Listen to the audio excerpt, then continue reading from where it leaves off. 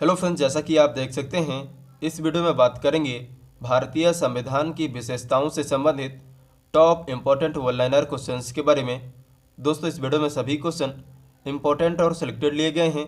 आप किसी भी एग्जाम की तैयारी कर रहे हों, यह वीडियो आपके लिए काफ़ी ज़्यादा इंपॉर्टेंट होने वाला है, इसलिए इस वीडियो को अंत तक जरूर देखें। चैनल पर नए हैं तो चैनल को सब्सक्राइब कर बेल आइकन प्रेस कर लें ताकि समस्त वीडियो की नोटिफिकेशन मिल सके आपको सबसे पहले। तो चलिए वीडियो को स्टार्ट करते हैं।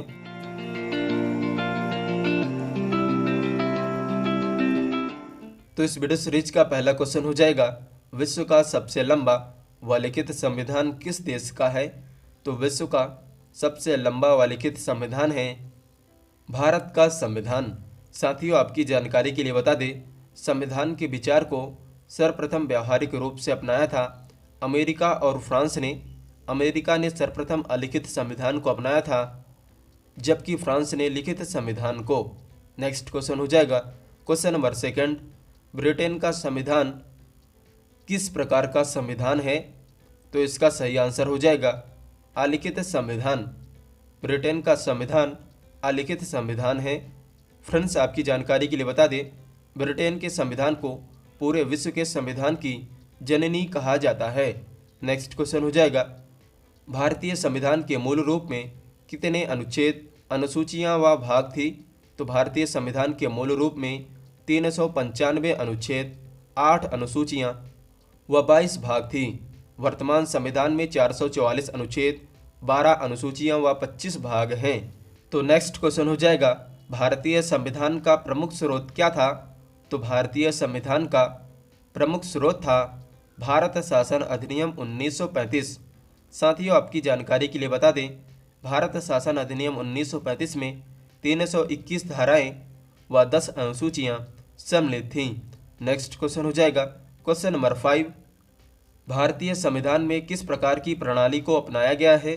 तो भारतीय संविधान में संसदीय शासन प्रणाली, जिसे वेस्टमिंस्टर मॉडल कहते हैं, उसे अपनाया गया है। नेक्स्ट क्वेश्चन हो जाएगा इस वीडियो सीरीज का क्वेश्चन नंबर 6, भारत में संघीय न्यायपालिका किसे कहा जाता है? तो भारत में संघीय न्यायपालिका, संघीय का मतलब होता है केंद्रीय न्यायपालिका, तो केंद्रीय न्यायपालिका कहा जाता है उच्चतम न्यायालय को, और इसका वर्णन हमारे भारतीय संविधान के अनुच्छेद 124 में किया गया है। नेक्स्ट क्वेश्चन हो जाएगा क्वेश्चन नंबर 7, भारतीय संसदीय प्रणाली ब्रिटेन की संसदीय प्रणाली से किस प्रकार भिन्न है? यह क्वेश्चन काफ़ी ज़्यादा इंपॉर्टेंट है। तो भारतीय संसदीय प्रणाली ब्रिटेन की संसदीय प्रणाली से इस प्रकार भिन्न है कि जो भारत का प्रधान होता है वह निर्वाचित होता है, जबकि ब्रिटेन में उत्तराधिकारी की व्यवस्था है। सरल शब्दों में कहें तो जो भारत का प्रधान होता है वह जनता के द्वारा निर्वाचित होता है, जबकि ब्रिटेन में वंशानुगत पद्धति की व्यवस्था की गई है। चलिए आगे बढ़ते देखते हैं नेक्स्ट क्वेश्चन, विधि की नियत प्रक्रिया का प्रावधान किस देश के संविधान में है?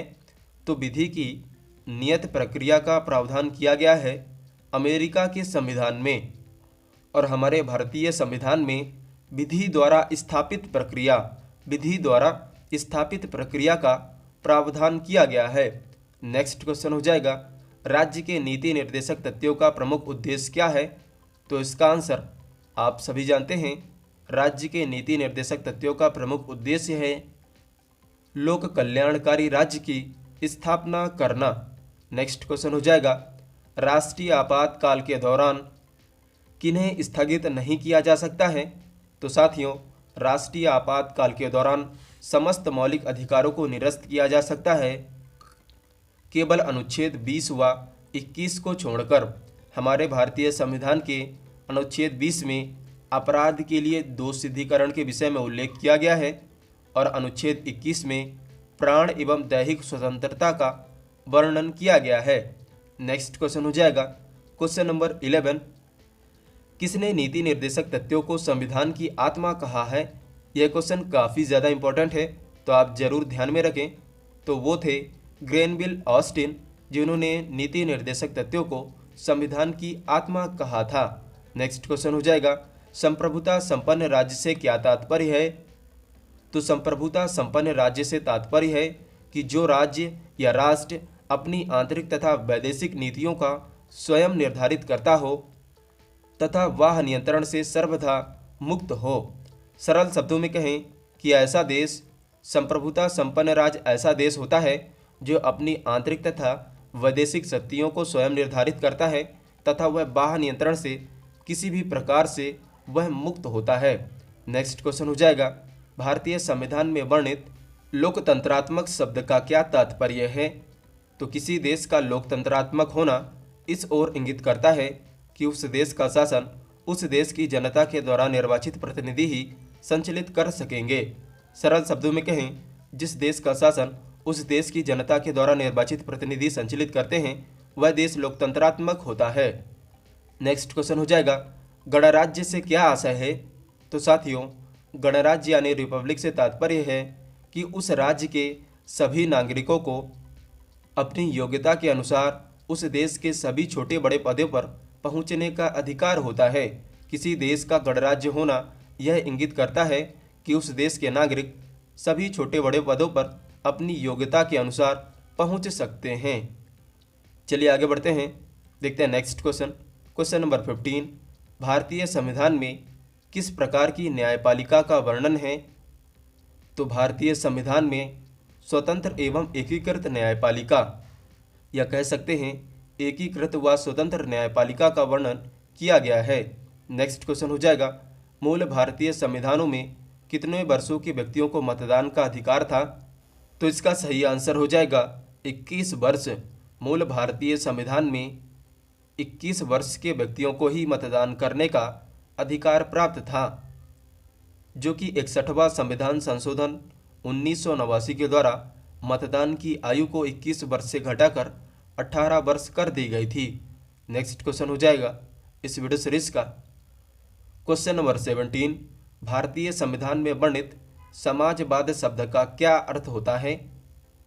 तो समाजवाद शब्द का अर्थ होता है कि विभिन्न वर्गों में व्याप्त असमानताओं को समाप्त करना तथा आर्थिक न्याय, प्रतिष्ठा और अवसर की समानता दिलाना। किसी देश का समाजवाद होना इस ओर इंगित करता है कि वह देश चाहता है कि विभिन्न वर्गों में व्याप्त असमानताएं दूर हो तथा सभी व्यक्तियों को आर्थिक न्याय, प्रतिष्ठा और अवसर की समानता प्राप्त हो। चलिए आगे बढ़ते हैं, देखते हैं इस वीडियो सीरीज का next question. Question number 18, Bharat में ऐसी किस प्रकार की शासन व्यवस्था है जो अन्य देश के संविधान में नहीं है? तो वह व्यवस्था है त्रिस्तरीय शासन व्यवस्था। त्रिस्तरीय शासन व्यवस्था एक ऐसी शासन व्यवस्था है जो किसी अन्य देश के संविधान में नहीं है। चलिए आगे बढ़ते हैं, देखते हैं नेक्स्ट क्वेश्चन। भारतीय संविधान को अर्धसंघीय संविधान की संज्ञा किसने दी थी? यह क्वेश्चन काफ़ी ज़्यादा इम्पोर्टेंट है, तो आप जरूर इसे ध्यान में रखें। तो भारतीय संविधान को अर्धसंघीय संविधान कहा था केसी वियर ने। केसी वियर ने। नेक्स्ट क्वेश्चन हो जाएगा क्वेश्चन नंबर 20, भारतीय संविधान को वॉर्गेनिंग फेडरलिज्म की संज्ञा किसने दी थी? तो भारतीय संविधान को वॉर्गेनिंग फेडरलिज्म की संज्ञा दी थी मॉरिस जोस ने। मॉरिस जोस ने। नेक्स्ट क्वेश्चन हो जाएगा क्वेश्चन नंबर 21, भारतीय संविधान को परिसंघीय किसने बताया था? तो भारतीय संविधान को परिसंघीय संविधान कहा था राजमन्नार व सरकारिया आयोग ने। राजमन्नार समिति की स्थापना हुई थी सन 1971 में और सरकारिया आयोग की स्थापना हुई थी 1983 में। इन दोनों ने भारतीय संविधान को परिसंघीय संविधान कहा था। नेक्स्ट क्वेश्चन हो जाएगा, राष्ट्रपति पर महाभियोग की प्रक्रिया किस देश के संविधान से ली गई थी? तो इसका आंसर तो आप सभी जानते हैं, राष्ट्रपति पर महाभियोग की प्रक्रिया ली गई थी अमेरिका के संविधान से। नेक्स्ट क्वेश्चन हो जाएगा, द्विसदनीय व्यवस्था किस देश के संविधान से ली गई थी? तो द्विसदनीय व्यवस्था यानी लोकसभा राज्यसभा की व्यवस्था ब्रिटेन के संविधान से ली गई थी। चलिए आगे बढ़ते हैं, देखते हैं नेक्स्ट क्वेश्चन। क्वेश्चन नंबर 24, भारतीय संविधान को कोऑपरेटिव फेडरलिज्म की संज्ञा किसने दी थी? तो भारतीय संविधान को कोऑपरेटिव फेडरलिज्म की संज्ञा दी थी ग्रेनविल ऑस्टिन ने। चलिए आगे बढ़ते हैं, देखते हैं इस वीडियो सीरीज का नेक्स्ट क्वेश्चन। क्वेश्चन नंबर 25, राष्ट्रपति के निर्वाचन की पद्धति किस देश के संविधान से ली गई थी? तो राष्ट्रपति के निर्वाचन की पद्धति ली गई थी आयरलैंड के संविधान से। चलिए आगे बढ़ते हैं, देखते हैं नेक्स्ट क्वेश्चन। राज्य के नीति निर्देशक सिद्धांतों को किस देश के संविधान से ली गई थी या किस देश के संविधान से लिया गया था? तो इसका आंसर तो आप सभी जानते हैं, राज्य के नीति निर्देशक सिद्धांतों को आयरलैंड के संविधान से लिया गया था। नेक्स्ट क्वेश्चन हो जाएगा, ब्रिटेन में किस प्रकार की नागरिकता का प्रावधान है? तो ब्रिटेन में एकल नागरिकता का प्रावधान किया गया है। जैसा कि आप सभी जानते हैं, भारतीय संविधान में नागरिकता का प्रावधान लिया गया है ब्रिटेन से, तो स्वाभाविक सी बात है जब हमारे भारत में एकल नागरिकता का प्रावधान है तो वही प्रावधान होगा ब्रिटेन के संविधान में। नेक्स्ट क्वेश्चन हो जाएगा, केंद्रोन्मुख संविधान से क्या तात्पर्य है? तो साथियों, केंद्रोन्मुख संविधान से तात्पर्य होता है आपातकालीन परिस्थितियों में संविधान का पूर्णतः एकात्मक रूप धारण कर लेना। किसी देश का केंद्रोन्मुख संविधान इस ओर इंगित करता है कि उस देश में जब कभी आपातकालीन परिस्थितियां आती है तो उस देश का संविधान एकात्मक रूप धारण कर लेता है।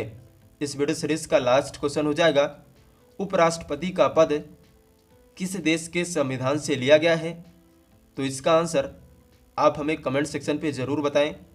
वीडियो पसंद आए तो वीडियो को लाइक, और हमारे चैनल में आप पहली बार हैं तो चैनल को सब्सक्राइब कर बेल आइकन प्रेस करना ना भूलें, ताकि समस्त वीडियो की नोटिफिकेशन मिल सके आपको सबसे पहले।